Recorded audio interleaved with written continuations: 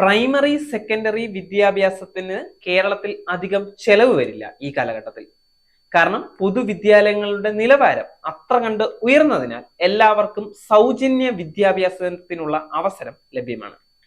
എന്നാൽ higher secondary പഠനത്തിന് ശേഷം ഭാവിയിലേക്കുള്ള ജീവിതത്തെ സ്വാധീനിക്കുന്ന ഘടകങ്ങളായ പ്രൊഫഷണൽ കോഴ്സുകൾ ഇന്നും ചെലവേറിയ ഒന്നാണ്.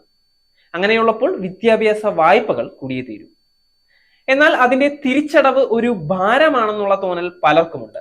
ഏതൊരു വായ്പയും എന്ന പോലെ അതിനും അതിൻ്റെതായുള്ള കുറ്റങ്ങളും കുറവുകളും ഉണ്ടെന്നിരിക്കെ അത്രത്തോളം അകറ്റി നിർത്തേണ്ട ഒന്നല്ല വിദ്യാഭ്യാസ വായ്പ. കാരണം നിങ്ങളുടെ കുട്ടിയുടെ ഇഷ്ട കോഴ്സ് പഠിക്കാൻ പണം ഒരിക്കലും തടസ്സമാവില്ല എന്നതാണ് ഇതിന്റെ ഏറ്റവും വലിയ ഗുണം. ചില കാര്യങ്ങൾ ശ്രദ്ധിക്കേണ്ടതുണ്ട്. വിദ്യാഭ്യാസ വായ്പ എടുക്കുമ്പോൾ മുതൽ അത് തിരിച്ചടയ്ക്കുന്നത് വരെ ജാഗ്രത പുലർത്തേണ്ടത് അത്യാവശ്യമാണ്. അത്തരത്തിൽ വിദ്യാഭ്യാസ വായ്പ എടുത്തവരും എടുക്കാനിരിക്കുന്നവരും ശ്രദ്ധിക്കേണ്ട പ്രധാന കാര്യങ്ങൾ എന്തൊക്കെയാണെന്ന് നമുക്ക് നോക്കാം. പഠന സമയത്തെ പലിശ. ചില ധനകാര്യ സ്ഥാപനങ്ങൾ ലോൺ വിതരണത്തിനും മൊറട്ടോറിയം കാലയളവ് എന്നറിയപ്പെടുന്ന ആദ്യ EMI തീയതിക്കും ഇടയിലുള്ള പേയ്മെന്റുകൾ ഒഴിവാക്കുന്നു. ഈ ഇടവേള ഒരു പലിശരഹിത കാലയളവല്ല എന്ന് തിരിച്ചറിയേണ്ടത് അത്യാവശ്യമാണ്. ആദ്യ ദിവസം മുതൽ പലിശ ഉയരാൻ തുടങ്ങുന്നു എന്നതാണ് ഇതിലെ പ്രധാന കാര്യം.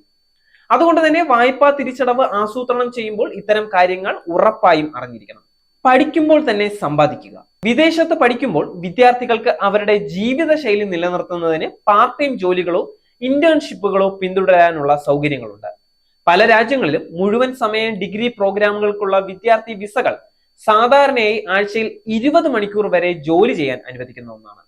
ഇതുപോലെ പഠനത്തോടൊപ്പം ഒരു വരുമാനവും കൂടി കണ്ടെത്താൻ കഴിഞ്ഞാൽ വായ്പ നിങ്ങൾക്ക് ഒരു ബാധ്യതയേ ആവില്ല. തിരിച്ചടവിന്റെ പ്രാധാന്യം ഉറപ്പായും അറിഞ്ഞിരിക്കുക. വിദ്യാർത്ഥികൾക്ക് കൃത്യമായ സാമ്പത്തിക പശ്ചാത്തലം ഒരുക്കുന്നതിൽ വിദ്യാഭ്യാസ വായ്പകൾ തീർപ്പാക്കൽ സുപ്രധാനമാണ്. കാർ ലോണുകൾ, ഹോം ലോണുകൾ, ക്രെഡിറ്റ് കാർഡുകൾ എന്നിവ പോലുള്ള അധിക സാമ്പത്തിക ഉൽപ്പന്നങ്ങൾക്കായി ബാങ്കുകളെ സമീപിക്കുമ്പോൾ ഉയർന്ന ക്രെഡിറ്റ് യോഗ്യത ഉണ്ടാകാൻ ഇത് സഹായിക്കുന്നു. അതിനാൽ തന്നെ വിദ്യാഭ്യാസ വായ്പയുടെ തിരിച്ചടവിനെ കുറിച്ച് എപ്പോഴും ബോധവാന്മാരായിരിക്കണം. പ്രൊഫഷണൽ ഉപദേശം തേടണം.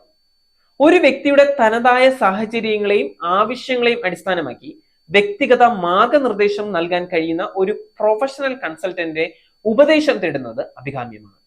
വിദ്യാർത്ഥികൾ ആദ്യമായി വായ്പ എടുക്കുന്നവരായതിനാൽ ഇത്തരം പ്രൊഫഷണലുകളുമായി സംസാരിക്കുന്നത് നടപടികളിൽ കൂടുതൽ വ്യക്തതയും സുതാര്യതയും കൊണ്ടുവരും. വായ്പാ തിരിച്ചടവ് EMIയിലൂടെ.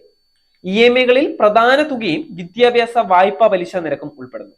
അതിനാൽ ഉന്നത വിദ്യാഭ്യാസം പൂർത്തിയാക്കിയ ശേഷം വിദ്യാർത്ഥികൾക്ക് EMIകൾ വഴി വിദ്യാഭ്യാസ വായ്പ അടച്ചു തുടങ്ങാം. നിങ്ങളുടെ വരുമാനവും EMIയും തമ്മിലുള്ള അന്തരം പരമാവധി വലുതാക്കേണ്ടത് അത്യാവശ്യമാണ്. ഇക്കാര്യം ശ്രദ്ധിച്ചില്ലെങ്കിൽ വിദ്യാഭ്യാസ വായ്പ ഒരു ഭാരമായി നിങ്ങൾക്ക് മാറിയിരിക്കും. നേരിന്റെ വാർത്തകൾ നിങ്ങളുടെ വിരൽത്തുമ്പിൽ എത്താനായി സാക് ന്യൂസ് ചാനൽ സബ്സ്ക്രൈബ് ചെയ്തും ഷെയർ ചെയ്തും ഒരു ശരിയായ മാധ്യമ നിലപാടിന് നിൽക്കാൻ ഞങ്ങൾ നിങ്ങളെ ക്ഷണിക്കുന്നു.